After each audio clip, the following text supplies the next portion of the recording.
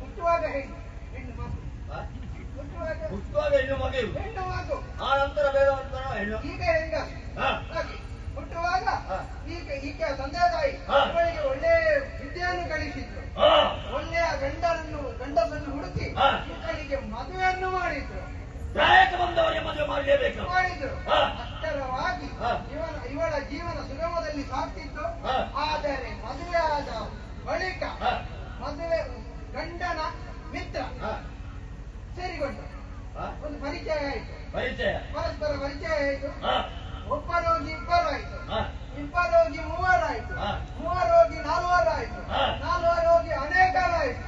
ಕಟ್ಟ ಕಡೆಗೆ ಈಕೆಯ ಮನೆ ವೇಶ್ಯ ಮನೆ ಎಂಬುದಾಗಿ ಹೇಳಲ್ಪಟ್ಟಿತು. ಆದರೆ ಈ ವಿಷಯ ಈಕೆಯ ಗಂಡನಿಗೆ ಗೊತ್ತಾಯ್ತು.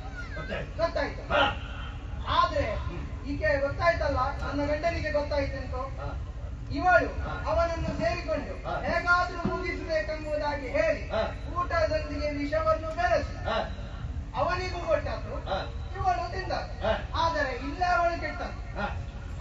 ಅವನಿಗೆ ಕೊಟ್ಟದ್ದು ವಿಷ ಇಲ್ಲದದ್ದು, ಇವಳು ತಿಂದದ್ದು ವಿಷ ಇದ್ದದದ್ದು. ಕಟ್ಟ ಕಡೆಗೆ ಸತ್ತು ಇಲ್ಲಿ ಬಂದಿದ್ದಾಳೆ. ಇವಳಿಗೇನು ಶಿಕ್ಷೆ?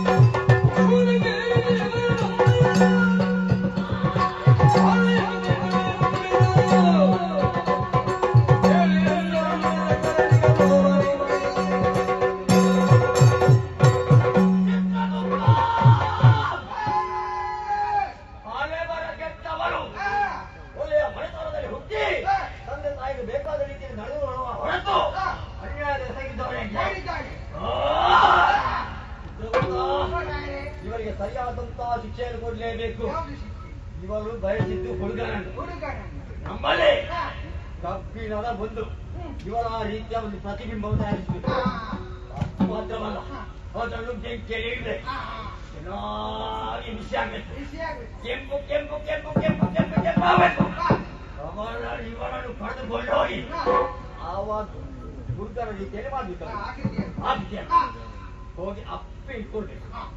ಆವಾಗ ಇವರ ಪೊಕ್ಕೆಲ್ಲ ಜಾರಿಸಬೇಕು.